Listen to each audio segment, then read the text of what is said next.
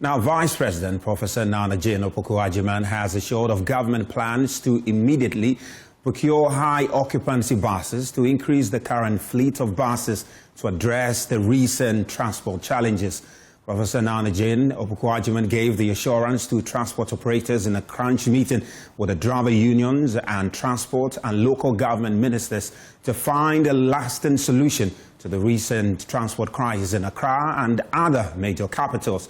We'll get you details shortly, but first, my colleague Emma Faditi visited the Medina bus stop area this morning to check on the situation, and this is what she found. We run Union. We have a station just around the Zongo Junction, but land disputed come on the places stop, so we decide to relocate here because we don't have a place to go. It's here is the different station because here we run Union. We have Union where we run. We are on station before, but because of the matter I told you, the land dispute, let us come here. But our everything is from 6:30 to 5 o'clock. In the morning? In the morning, yeah. So here, there is no such a thing here. Yeah. Maybe evening time when we close, we have a Goro boys who come in. Maybe they are the people who used to do that. But daytime we control here. Okay. Make satisfy passenger. Control here, this way everybody will satisfy. So you see, we have floating cars plenty. By the 5, we and the Union cars will close. The floating cars and the Goro boys who used to do that. Who are the floating cars? The floating cars, those cars will no register. They're just on the system, pick and go. What are you doing about that? Unless government intervene, or DVLA or whatever it is. Yeah. So currently, especially in this month, the challenges of price hike. As of yesterday, did any of the commuters complain to you as a master that the prices were hiked? No one complained. Nothing like that has happened. Yeah. The whole of the week, you've not heard of a price hike. No, nobody complained. We have price we used to collect. I'm talking about the evenings. The evening there. Unless authority do something about that one, because me as an individual cannot do anything about. Sometimes we used to call them and advise them, but they will let you know say they're here. But the next day, they just do what they want. Most attempts to, you see this road too, the roadway to go to Dodua, them two are doing like that. When you go to Dodua, instead of here to make Dodua be 9 cities, they will tell you, say, oh, I will not go to Dodua, say, my last stop be OIB. Then you collect 10 cities. So when you get OIB to, then they go start Dodua. Then they collect another fee too. But all this thing, it happens in the night, not daytime. So it happens in the night, but has it been happening for long? It just started, but let me say, last 2 years where the thing started gradual. 2 years ago? Yeah, on the system, yeah. Now let's listen to the Minister for Transport, Joseph Bukari Nipe, from that meeting where he expressed concern about the transport challenges, citing the lack of retooling of public transport companies over the years as one of the factors contributing to the worsening situation. Over the years, either the GPRTU, the Ministry of Transport and their agencies like Intercity, STC, Metro Mass Transit Limited, and by extension, Aayalolo, under the Ministry of Local Government, has not seen any retooling of their vehicles. This has brought pressure on the few vehicles that they are operating. The private sector, also over the years, are not able to renew the fleet they also operate under. And with a lot of activities on our roads, congestion and delays in movement, it has become so difficult for us to control and manage our traffic situation. The good news is that government is willing, government is prepared to retool our transport companies like the Intercity, STC, the Metro Mass Transit Limited, and Aayalolo under the Ministry of Local Government. We know we are at difficult times, but having the backing of Her Excellency and the President of the land, very soon we will see some renewal of fleets in our agencies, and by extension, with the collaboration we are going to have with GPR3 and other unions, we will see how to facilitate them also renewing their fleet, and that will bring more vehicles on our roads, and we believe that will solve the problem for us. Now, the Vice President, Professor Nana-Jane Opoku-Agyemang, has also been responding to some concerns by transport stakeholders at our meeting. We want to modernize and expand our transport services to promote and improve access, to ensure affordability and security too for the motoring public. We are taking steps. So we are therefore taking steps to improve the public transport system, not only by retooling, but also, of the state services, but especially of the private sector too. And I hope that answers your concern about the support that you need. So I'm happy to see the smile on you coming. So, in this vein, His Excellency the President has asked me to assure all of you that he will give support to Metromas, Aayalolo, and the private sector.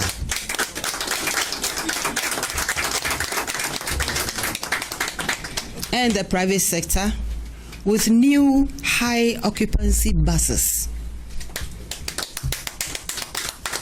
in order to augment the services in the medium term. We also have plans to ensure that those that need to be repaired, that the process will be expedited to ensure they can put more buses on the road as soon and as quickly as possible. So my pleas are, let us continue to work together to develop a transportation system that prioritizes fairness, efficiency, excellence. And I know, and you know that we can. We are relying on each other to make that possible. And we can do this by upholding high standards, treating passengers with respect. And by so doing, we will also strengthen the trust of Ghanaians in the private transport sector. Consumers of petroleum products are paying less at the pumps following a price reduction in the second pricing window of January. This marks a second consecutive decline according to projections from the Chamber of Oil Marketing Companies, COPA. Now, my colleague Gima Apia visited an LPG station and spoke to some consumers. This morning, COMAG announced the reduction in the prices of LPG. I am currently at the Aayalolo gas filling station where we understand that prices of gas or LPG has reduced. And here we can see that a number of people have come already to buy gas. And I'll be speaking shortly to the supervisor of this particular facility. And we are told that a kilo has reduced. And so when you come here, you realize that the price of LPG has reduced. The supervisor has joined me to have a conversation. Thank you so much for joining us on Joy News. How much were you charging previously for LPG, a kilo? The kilo was 13.28. It's now 13.11. 13.11. Yes. When did that reduction take effect? Yesterday. Yesterday. Yes. Between yesterday and this morning, how has patronage been? Well, we are still working. It's not they come and they patronize and go. We haven't had any complaint yet. Yes. And what have you had feedback from the people who have been buying from you, your customers? Not yet. Concerning the prices? Not yet, because it's just yesterday. Maybe more days to come that they will have some issues or they will have something to say about it. So let's make it very practical now. This small gas cylinder, previously how much were you charging for just the small one? is now 50 cedis. It was 60 cedis previously. It's now 50. Okay, and what about this one? This one was 180. It's now 170. 170. Yes. So 10 cedis reduction. Yes. And then this one? It's the same, but the 14.5 is now 190 cedis. It was 200. So just about 10 cedis reduction in all the various sizes. So walk us through the sizes. This is what size? This 3.8. 3.8. This 13. Then we have 14.5 kilos too. So 10 cedis reduction. Yes. Okay, right. Thank you so much. So if you buy any of these sizes, you are going to get 10 cedis cheaper, or it's going to go for less than 10 cedis as you bought it previously. Let's speak to some of the customers who have come here to fill their gases or their gas cylinders actually. And thank you so much for joining me on the Joy News channel. You came to fill your gas. Yes, I did. We understand that the prices have reduced. Yes, it has. Did you notice it? Yes, I did. So how much did you buy this for? I bought it for 100 cedi. That is the full. It used to be 120, but now it is 100 cedi. So 20 cedis. 20 cedis difference. Right. And how does that make you feel? Oh, it makes me feel good. At least it has reduced some burden on us at home. Moreover, I've saved some cost. Now 20 cedi can do a lot of things, so at least it's good. It's better.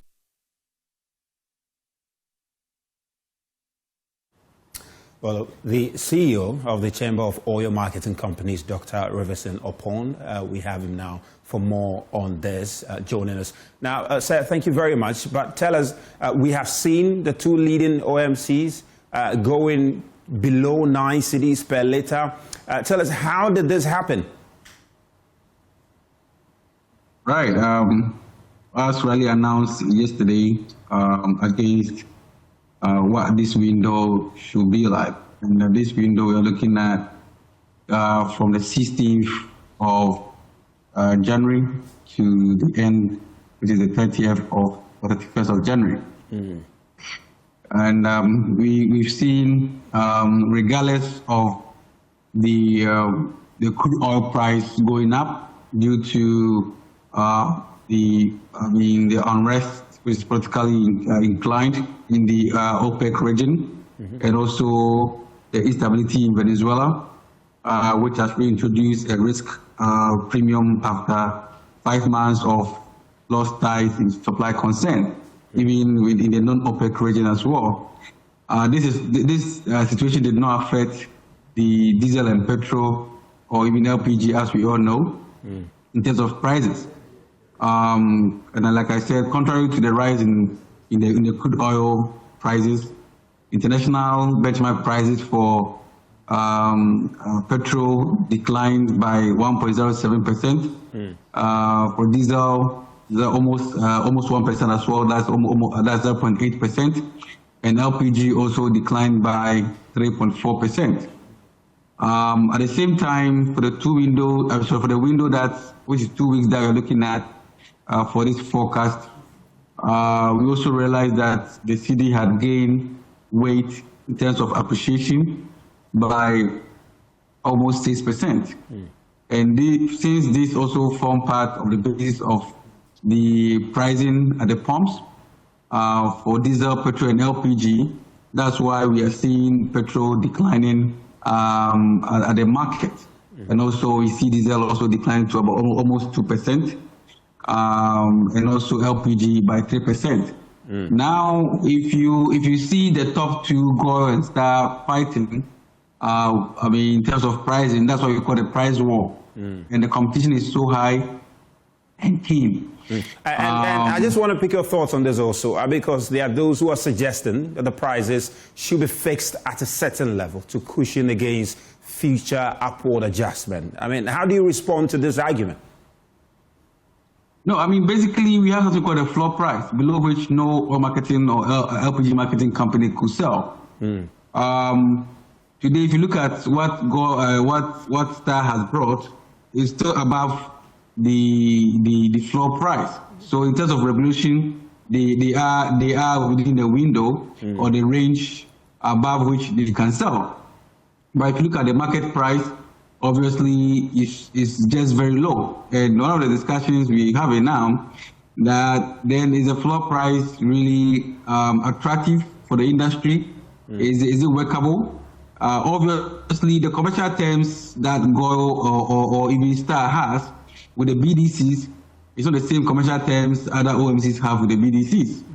And that's why if you look at our forecast, we give a range, depending on where you buy from, because some might go further down than others, depending on their operational cost and head count. And so, talking about forecast there, I mean, how does the next pricing window look like? No, it's too early to look at next pricing window, because this window just started today. I heard the LPG man saying that it was effective yesterday. That's not true. They might have written MP yesterday against today's pricing, but the new pricing we are seeing today is effective today, 60. And you need the whole 2 weeks window with which you operate to determine the next pricing window. So you need not less than 10 days to do that. All right. Thank you so much, Mr. Riverson. But also joining us on phone is the Executive Director of Chamber of Petroleum Consumers, COPEC, Mr. Duncan Amwa. Mr. Duncan, thank you very much for joining us. I mean, first of all, what is your reaction to this downward adjustment of petrol prices across the pumps? Let me start by saying kudos to the nation's OMC, GOIL. But even kudos further to Star Oil. If you look at the numbers you are seeing this morning, indeed, projections wouldn't have, even gotten these reductions to the levels that we are seeing them. We equally picked the various indicators pointing downwards. But for you to wake up to see another 1 Ghana cedi drop from GOIL, that is significant. For you to also wake up to see Star Oil go even below GOIL, that is also relatively significant. So for these two OMCs, we doff our hats off to them. Clearly, they are getting to understand the Ghanaian is price sensitive at this point. They are getting to understand that we feel it in our pocket when prices are kind to us. And I think that is exactly what you are seeing them reflect currently. I say kudos to them. Ghanaians are happy. You go on social, people are really applauding these latest price movements. Let's talk about. I join all of them. Yeah, let's talk about sustainability. Let's talk about sustainability. How do we sustain this adjustment? I mean, is there something the government or even the OMCs can do for us to sustain this? Let me reiterate this. I have said on your network time with our number that for you to sustain any of these gains, you would need to look at your buffers locally. TOR seem to be getting its act together, and rightly so. But the caveat there is TOR needs sustainable investment to be able to bring that plant to an efficient, modern refinery. If you don't do this, you will be setting the young man and his team up to fail. And you would need TOR. If you look at the fact that now, United States will go and seize a certain oil vessel. Russia is blocking the Caspian Sea. Iran airspace is equally blocked currently. Israel is not done with the Middle East, issues. There's a lot of fluid bits out there in the geopolitical space. So Ghana should begin thinking of expanding a facility like BOST, and then also move towards that conversation of getting a strategic reserve such that if you wake up tomorrow and we cannot get products from Europe or the Dubai Asia blocks, we should be able to have these resources here. And for that, your refinery is key. For that, BOST becomes very key. So we need to look at the geopolitical development, find a way to internalize it. It is the only way we can sustain these gains. Otherwise, if you wake up tomorrow and international benchmarks or market prices have gone up, Ghanaians may have to pay for it, unfortunately. Thank you very much, Mr. Duncan Amwa there. Well, away from that, government says members of the 12-member Presidential Advisory Group on the economy will serve without remuneration for their services, as many of them are already engaged in other activities. Speaking on the Super Morning Show today, Minister of State in charge of Government Communications, Felix Kwasi explained that the advisory group is made up of professionals who are not government employees and are therefore offering their services on a voluntary basis. According to him, the arrangement reflects the government's effort to contain costs while benefiting from expert economic advice. As we speak, I'm not certain about any remuneration. It's an advisory group. They are not permanent employees. If you look at the list, you see that many of these people are already engaged in other activities. There are people who are lecturing in the universities who are already on the public payroll and therefore are not going to get any additional remuneration, as far as I know. But in terms of the frequency of their meetings, that would depend on what they decide, if you like, frequency in terms of how many times they have to meet and conducted and the modalities government such meetings. I think that the group will be allowed at their first meeting or any other meeting to make this determination. But what's certain is that they will keep a close eye on the economy and ensure that the policies that are being implemented are the right ones and they will benefit the generality of our people.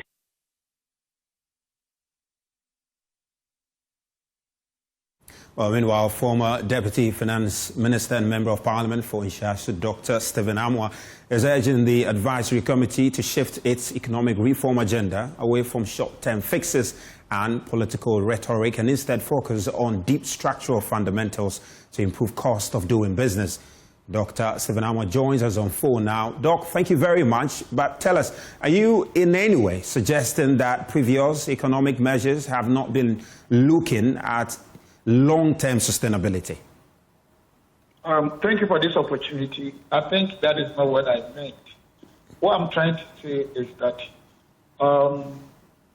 for about 40 years now, our economic framework or our fiscal policy framework, to a large extent, has not been independent. We depend on somebody's economy.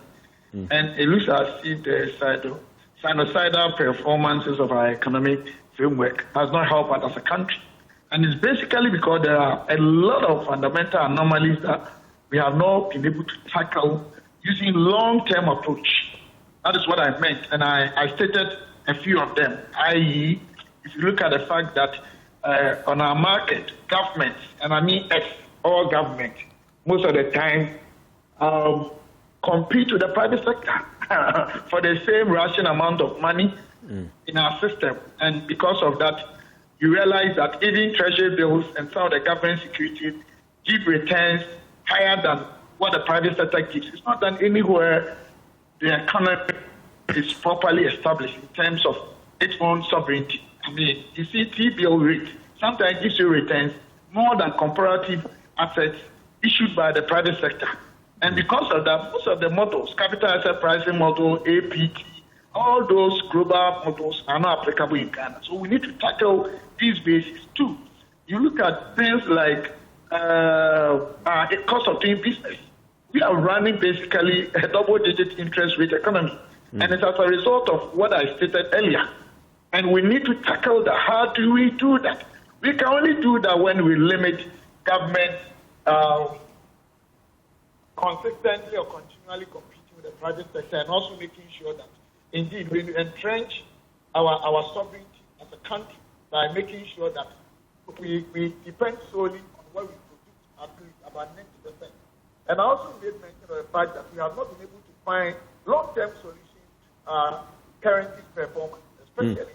We don't even know the amount of foreign currency being circulated on our market in our country. This is very simple because we always have different rates, Bank of Ghana rate and then black market rate. And even sometimes official first bureau rate.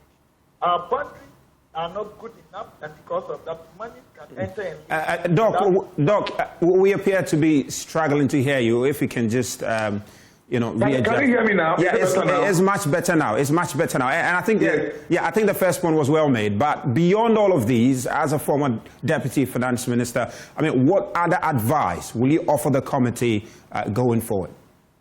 No, the advice that I'll offer the committee is to tackle dealing with our fiscal space from the base, the fundamentals.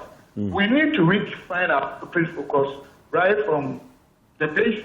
Because if you are running a negative effective tax rate economy, where you always have to depend on debt finance, it doesn't matter how good your economic policy, it will never be sustainable.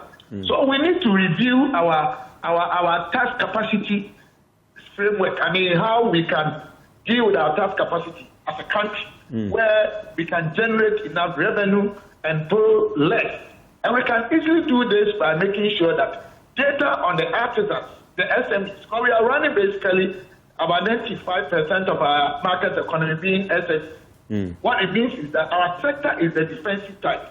So the very good thing that the president has set up, because honestly I have confidence in the team. Look at the caliber of people that he selected.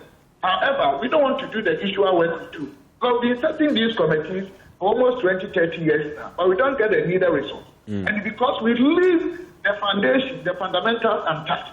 So all that I'm trying to say is that we need to, especially when it comes to expenditure control, which is also one of the major problems confronting us as a country, we only deal with the qualitative aspect. We need to begin to respect econometrics where we can truly do the financial, economic, or mathematical relationship to select those that do not impact our GDP so that we can build a well-sustainable, resilient economy that will not depend on any other thing, so that the secondary macro indicators, i.e. health, agriculture in terms of products, and then education, infrastructure, and others, will have very strong primary macroeconomic indicator base to be built on. Once they do that, I'm sure as a country, even if there's a change in government, we wouldn't have to go back and always depend on IMF and always depend on largely loans, and our economy is always so fragile, and we wouldn't know what to do. And every day, any new government will set a new committee. I don't think that will help us. So I'm only begging and asking them to tackle the basis and the fundamentals. And they are easily to be selected. They are there. Once they do that, then we can have hope in what they want to do. All right. Thank you very much, Doc. Really appreciate your time today. Now, residents of Ablekuma, Fanmok in Accra have taken to the streets to protest the deplorable state of roads in their community.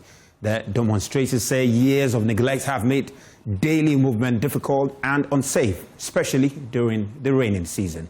Watch this.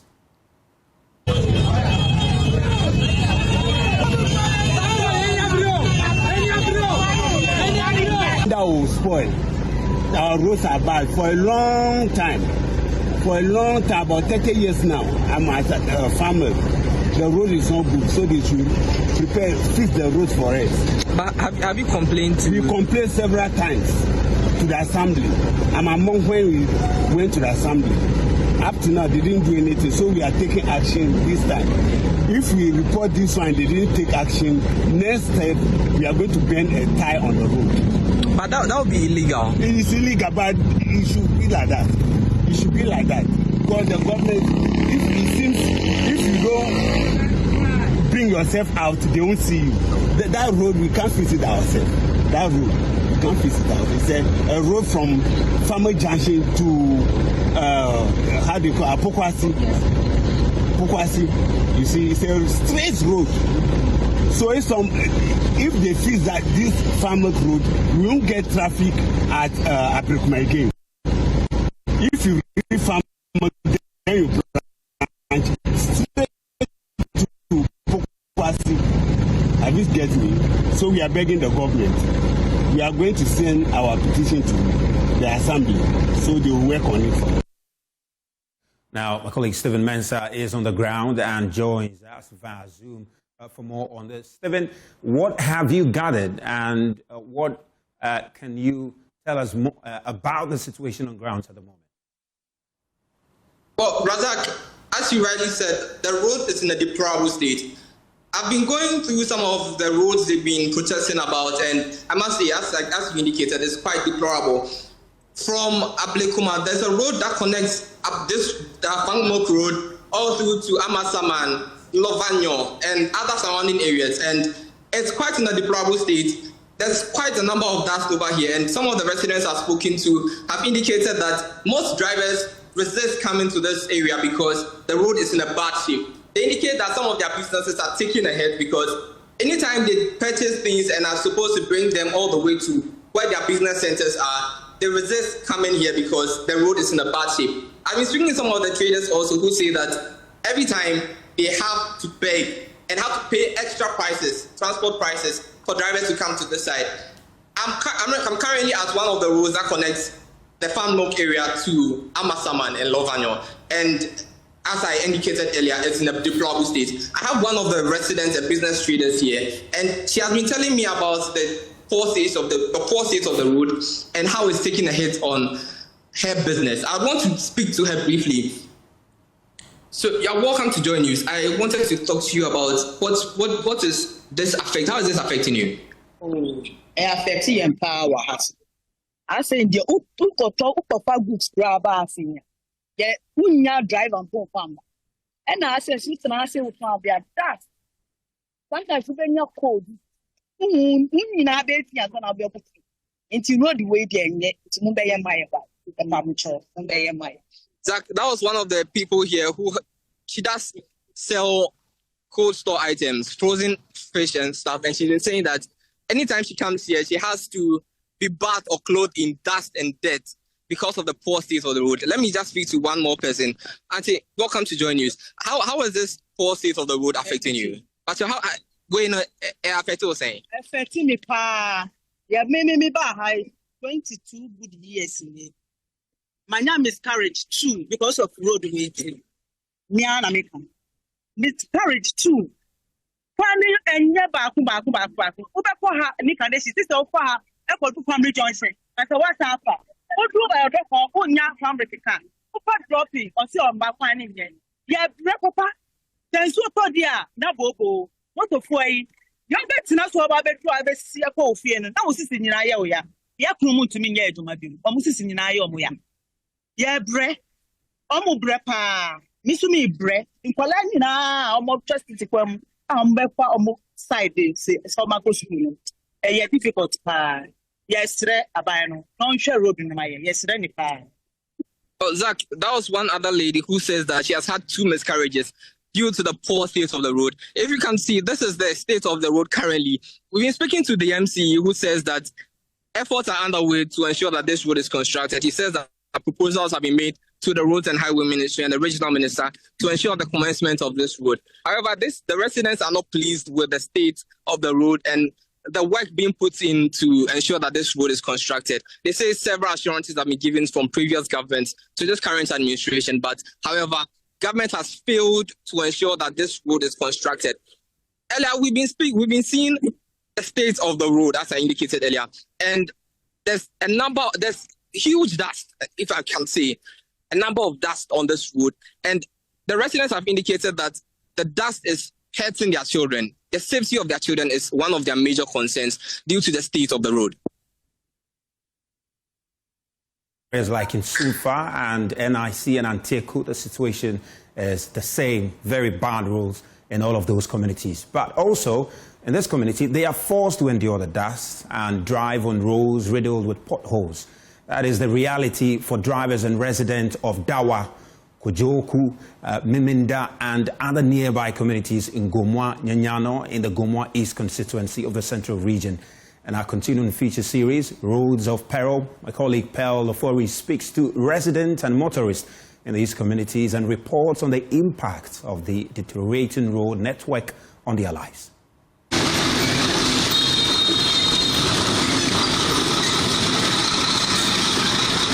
In Gomwa-Nyanyano, dust has become a defining feature of daily life.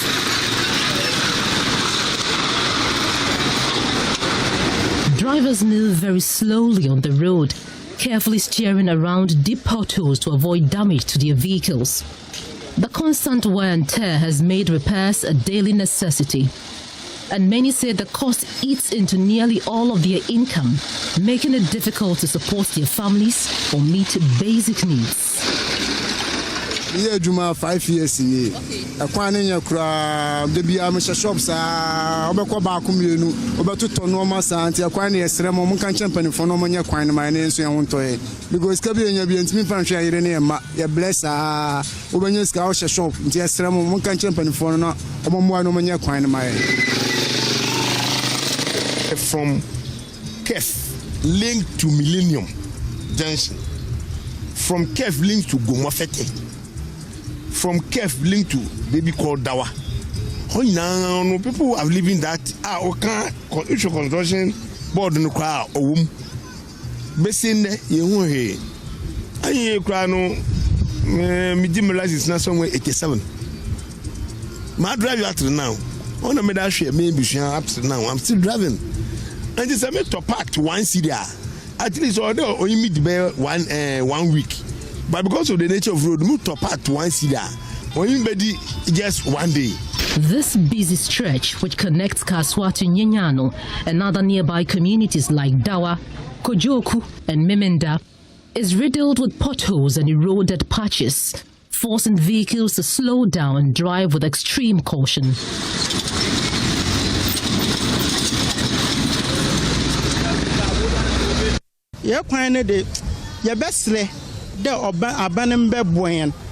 It's good years ni.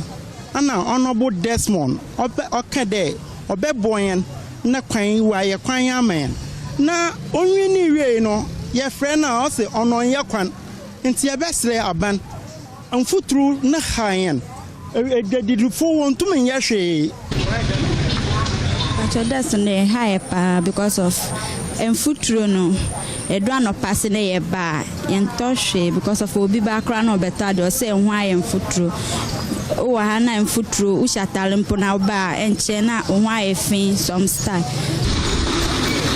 Drivers plying this route, traders selling their wares here, and residents alike want the poor road network fixed to make daily commute a little easier. For Joy News, I am Pelo Furi. Now, the Metro Chief Executive of Kumasi, Richard Opoku-Agyemang, says the city's waste management system is on the brink of collapse, lest swift measures are taken. Speaking at a media briefing, he described the current state of sanitation in Kumasi as the main challenge facing the Metropolitan Assembly. He revealed that the city generates about 2,000 tons of waste daily, with each ton costing some 83 cities to handle. According to him, this is a financial burden the Assembly can barely sustain. We have more on this in this report.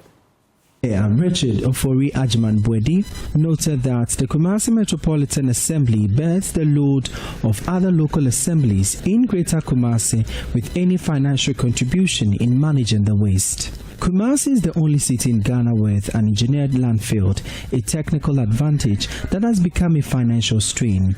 The city mayor says unless the KMA builds 2 additional waste facilities within the next 14 to 16 months, the existing landfill will be exhausted and the city will have nowhere to dispose of its rubbish. Kumasi, we manage about 2,000 tons of waste on a daily basis. And out of the 2,000, each ton costs us 83 cities.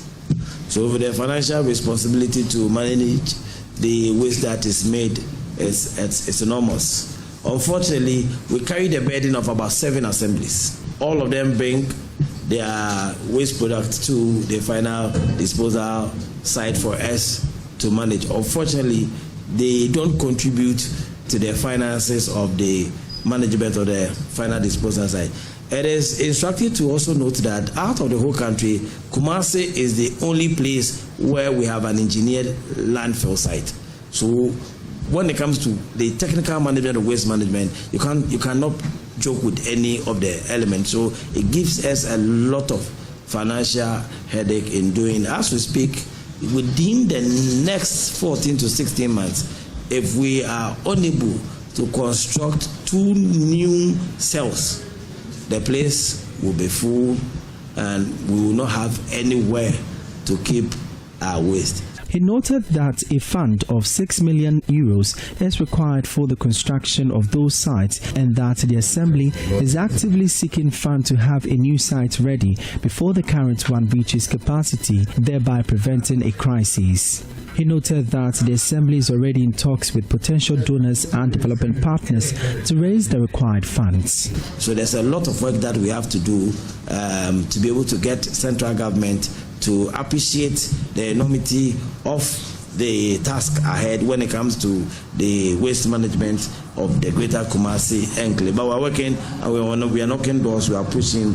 We believe that by the time that we exhaust the space, something would come from central government for us to be able to at least construct one new cell or two, so that the situation will not get out of hand. Francis Mensah's reports for Joy News. Over here. You're still watching News Today. We'll take a quick break and we'll come your way with business. Good afternoon, welcome to Business on Joy News Today. My name is James. It's time to our very first story. Now, the International Monetary Fund says it stands by its assessment that the Bank of Ghana could record a loss of exceeding $200 million in 2025 due to its exposure to gold board under the domestic gold purchase program. This follows the central bank's earlier description of the IMF assessment as speculative. Speaking on PM Express Business Edition, IMF country representative Dr. Adrian Alter emphasized that the warning was not intended to demonize the program, but rather to highlight the potential risks to the Bank of Ghana. The assessment done on the exposure in the report basically just tries to bring more transparency to the program and at the same time help improve risk management surrounding the program. Now, I would say a key clarification for what has been mentioned in the report is that gold board related activities are quasi-fiscal in nature. Therefore, any loss associated with these activities should not be on the BOG balance sheet, but rather should be brought on balance, on the budget, on the fiscal side.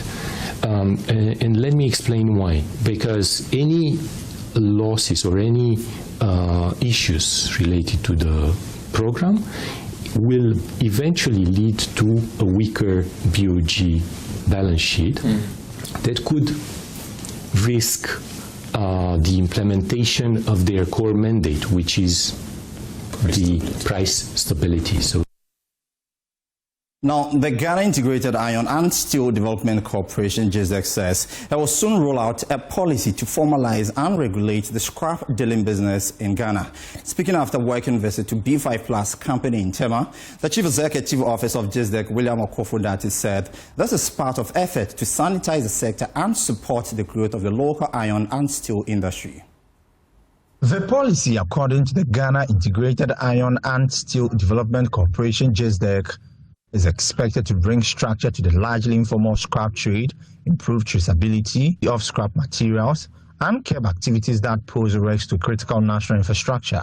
And one has to do with the scrap business in the country. We just wanted to formalize the business of scrap dealing. It's a whole big industry, but it looks like nobody takes care of it, and then it's just a business anybody from anywhere can come in and start doing. Even the smelters, those who buy our scrap, they only wait for anybody at all to bring in the material. The Chief Executive of GISDEC noted that the corporation will continue to engage key stakeholders, including scrap dealers and industry players, to ensure the smooth and inclusive implementation of the policy. As to where they get it from, nobody cares.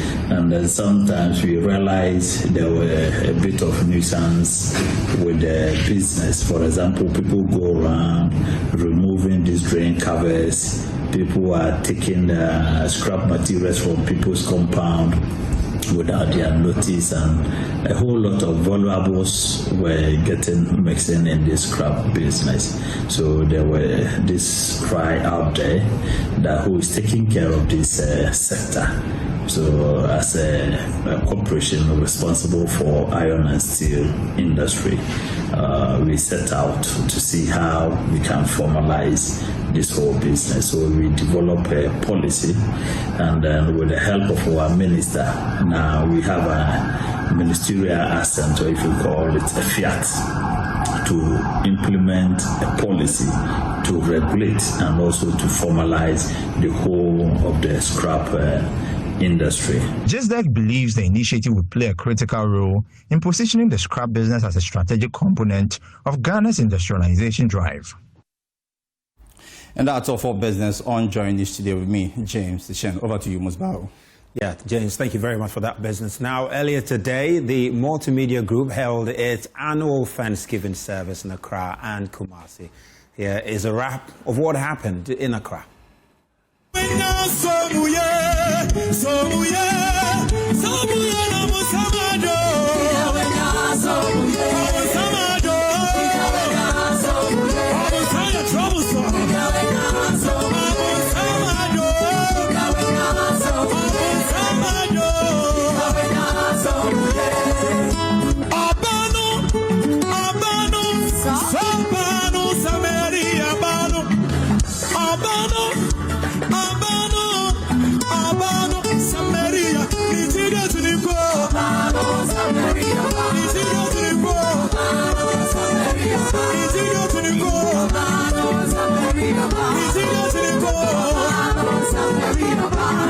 Thank him. Open your mouth and show appreciation. Thank him for all the things that he has been doing for you. Open your mouth and thank him. Thank God for your current provision. Thank God for even getting opportunity to work at the multimedia. Into God's hands for protection and good health. No weapon that is formed against them shall prosper. God will be their fortress and their refuge, and good health and prosperity will be their portion in the mighty name of Jesus. We also pray for growth and sustainability and generational impact. Multimedia has come so far. Multimedia is making a generational impact right now in the name of Jesus. Within me, bless his holy name. Bless the Lord, O my soul, and forget not all his benefits. All his benefits. The benefits of the air that we breathe, the benefits of life, the benefits of even the work that we have. Some people do not. I hear there are doctors who have passed 7 years, gone through, and they're still sitting at home. Nurses, teachers, we report on them all the time. Sitting at home, people do masters, PhD, 5 PhDs, and they are still sitting at home.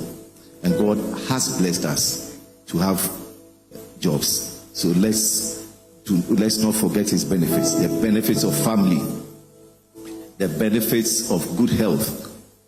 These are the benefits we have to remember, and I believe that we have to do this every time. So this morning, let's continue and remember him for all the benefits that he has. Let's continue for who forgives all our iniquities and who heals all our diseases. Who heals all our diseases. Who redeems our lives from destruction and who crowns us with his loving kindness and tender mercies. Who satisfies our mouths with good things, and so that our youth is renewed like the eagles. Thank you. Anytime you are going through pain, know that there is something you are about to bear. And so, the mother of the twins, Jacob and Esau, their mother Rebecca prayed and believed God for the fruitfulness of the womb. And then when she got pregnant, she saw that she was having this uncomfortable feeling within her stomach and her womb. And every day she would cry and say, God, I asked for a child. I didn't ask for this trouble now. And then so she went over to the priest and said, priest, I don't know what is happening to me. I am in pain every night, every morning. And then the priest said, because you are carrying twins. The Bible says that when she gave birth, she said, you are carrying 2 nations in your womb. Hannah cried and cried and cried and cried and cried. Finally, when God was going to give her a son, God did not give her only a son, but God gave her a prophet. For your long waiting and for your troubles and for your shame, the Lord will give you double. For your patience, the Lord will honor you. Though you may be down, don't cry. You are about to resurrect very soon. A righteous man shall fall 7 times, but he shall also rise up 7 times. Job chapter 5 verse number 19. 6 calamities shall knock at your door. Yea, the 7th one will never come. Can I prophesy to multimedia team that you are about to be rewarded for your resilience, for your endurance, for your faith, for your belief in this man, in the vision, and your ability to serve the nation and to serve the public. God is about to reward you. Clap your hands 3 times and say, I receive it.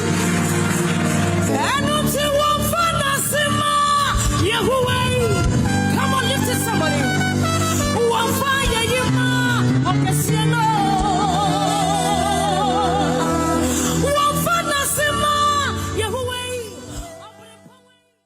Well, you can watch the full service on our social media handles and also on YouTube. And, of course, get acquainted with what we did today. Well, we've got more stories for you on myjoyonline.com, and you can get all the sports update from the AFCON and also all entertainment updates there. That's all we have for you today on News Today with me, Razak Musbao. Please stay tuned to Joe News. We have more coming your way.